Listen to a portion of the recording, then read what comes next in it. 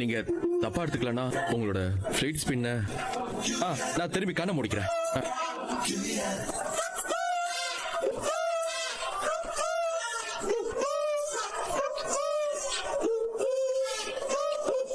Sir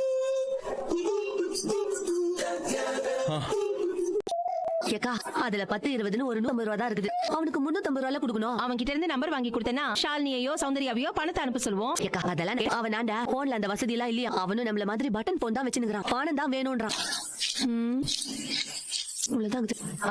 சரி சத்திரியன் குளிக்க போயிருக்கான். அவன் பர்ஸ்ல ஏதாவது பணம் இருக்கான்னு பாக்கலாம்.